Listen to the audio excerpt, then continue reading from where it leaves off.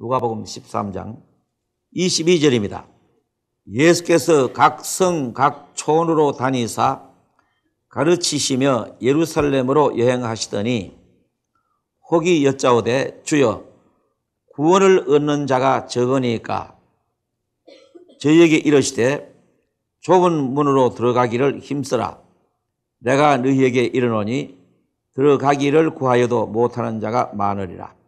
여기 보면은 예수님이 북쪽 갈릴리에서 사마리아를 지나서 가끔 예루살렘으로 올라가시면서 전도를 하셨습니다. 옛날에는 차도 없었고 이동지 저동지 다니면서 복음을 전하시고 어떤 집에 가서 주무시기도 하시고 그러시면서 예루살렘까지를 전도 여행을 가셨습니다. 그런데 옆에 따라다니는 사람이 가만히 보니까 예수님이 전도를 하시는데도 별로 구원받는 사람이 많이 일어나지 않았습니다. 그래서 여기 그렇게 물어보았어요. 23절에 혹이 여짜오되 주여 구원을 얻는 자가 적으니까. 자, 여기 보세요. 예수님 전도하실 때에 더루는 구원을 얻었다 이 말입니다. 그러니까 구원을 얻는 자가 적으니까 라고 물었던 거예요. 구원을 얻는 사람, 구원을 받는 사람이 전혀 없으면은 그런 질문을 할 수가 없잖아요. 구원을 얻는 사람이 적기는 해도 더루 구원받는 사람이 있었다 이 말입니다. 그러니까 전도할 때에 즉각적으로 구원받는 사람이 더루 있었어요. 그런데 이제 많지는 않으니까 이제 왜 구원 얻는 사람이 적습니까? 이렇게 질문을 했던 거죠. 자, 이 말씀에서 보면은 분명히 예수님이 전도하실 때에 구원 얻는 사람, 구원 받는 사람이 있었다는 것을 확실히 말하고 있잖아요. 그 다음에 예수님 이제 답변을 보세요. 24절. 좁은 문으로 들어가기를 힘쓰라. 내가 너희에게 이르노니 들어가기를 구하여도 못하는 자가 많으리라. 이 좁은 문으로 들어가라. 좁은 문으로 들어가라. 이 좁은 문이 뭐냐 이거입니다. 보통 지금 사람들이 좁은 문 하면은 어떻게 생각하느냐 하면은 문이 비좁으니까 좀 고생스럽다는 뜻이라고 생각을 해요. 그래서 예수 믿는 생활은 고생스러운 생활이다.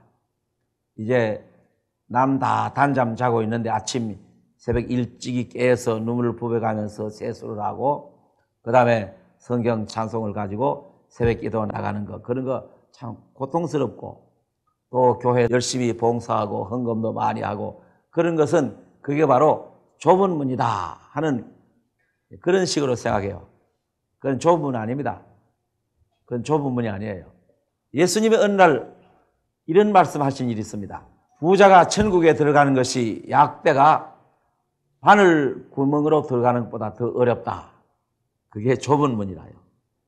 바늘 구멍 속으로 약대가 어떻게 통과합니까?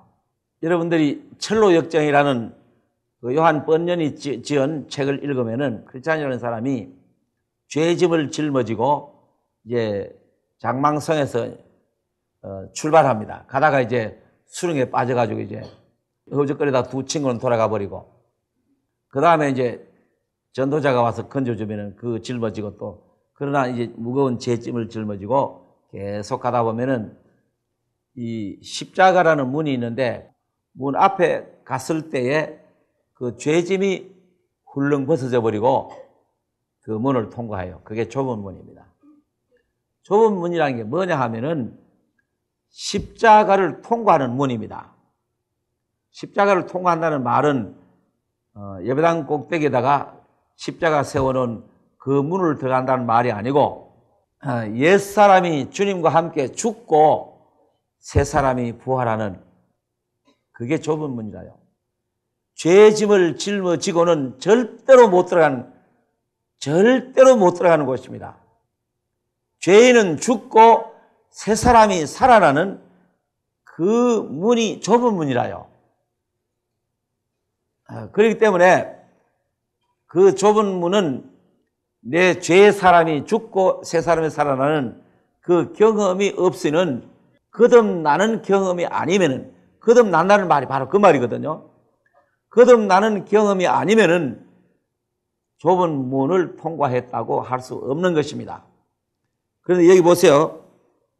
25절에 집주인이 일어나 문을 한 번 닫은 후에 너희가 밖에 서서 문을 두드리며 주여 열어주소서 하면 저가 대답하여 가로되 나는 너희가 어디로서 온 자인지 알지 못하노라 하리니 그때 너희가 말하되 우리는 주 앞에서 먹고 마셨으며 주는 또한 우리 길거리에서 가르치셨나이다 하나 저가 너희에게 일러 가로되 나는 너희가 어디로서 왔는지 알지 못하노라 생각하는 모든 자들아 나를 떠나가라 하리라.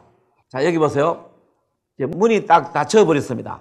그래서 문이 닫혀버린 후에 와서 문을 두드리면서 주님 열어주십시오 하니까 주님 말씀하시기를 천국 문을 두드리는 겁니다.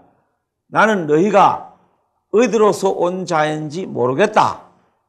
떠나가라. 이렇게 거절하십니다. 그러면 이 사람이 이제 뭐라고 하느냐면은 주님 주님이 나를 몰라보시다니 그게 말이 됩니까? 주님이 예루살렘을 향해서 여행하실 때에 우리 집에 와서 죽으셨습니다. 나는 주님과 한 상에서 밥을 먹었습니다. 그리고 주님이 밖에 나가서 길거리에서 사람 불러 모아놓고 주님이 말씀하실 때 나는 거기서 들었습니다. 이렇게 말하는 거예요. 요즘 사람들 같으면은 주님, 나는 세례를 받았습니다. 나는 헌금을 많이 했습니다. 나는 집사나 장로나 목사 생활을 했습니다. 나는 주일학교 반사했습니다. 이런 식으로 아마 자기를 변명하고 나설 겁니다. 그와 똑같은 거예요. 그래도 주님이 어디로서 온 자인지 모르겠다. 떠나가라. 그렇게 되어버리고 만다. 이렇게 말했습니다. 왜 그럴까요? 그때 주님과 한 상에서 먹고 주님의 말씀 듣고 해도 그 마음의 변화가 없었습니다. 거듭난 사실이 없은 거예요. 여러분 한 가지 아셔야 할 것은 나중에 주님 앞에 설 때에 마음이 이 세상에 헤매이면서 참 평안을 얻지 못하고 여기 가면 평안을 얻을까 저기 가면 평안을 얻을까 어떤 때는 산기도도 가기도 하고 이런 부흥회 저런 부흥회 다니기도 하고 칠학기도도 해보기도 하고 새벽기도도 해보기도 하고 그래도 이 마음에 참 평안이 없었다는 말입니다. 그러나 안정이 없이 마음이 안절부절하고 마음이 헤매이면서 다녔기 때문에 주님이 모르시는 거예요.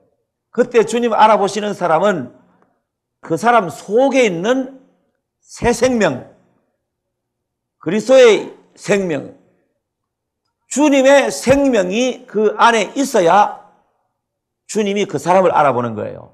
주님의 생명, 주님의 부활의 생명이 그 사람 속에 있어야 그 사람만 주님이 알아본다 이 말입니다.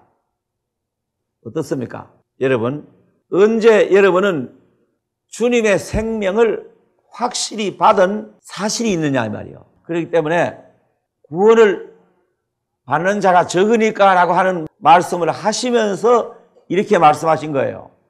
제가 왜 이렇게 말씀을 드리냐면은 속기 때문에 이 문제는 한 번 속아버리면은 영원히 돌이킬 수 없는 그런 엄청난 문제이기 때문에 말씀을 드립니다. 사람은 한 번밖에 못 삽니다. 한 번밖에 못 살아요. 여러분, 육신을 가지고 우리가 이 세상에 살고 있는 이 기회는 굉장히 중요한 기회입니다. 그냥 천박하게 이 육신이 먹고 즐기고 뽐내고 자랑하고 그것만을 위해서 사는 것이 인생이 아니에요. 이 기간 동안은 영원한 미래를 준비하는 기간입니다. 여기서 인간이 영원히 사는 게 아니니까 영원한 미래를 준비하는 기간인데 사람들이 그 영원한 미래에 대해서는 준비를 하지 않고 육신적으로 인생을 즐기면서 사는데 온통 마음을 다 기울이는 그런 경향이 있습니다.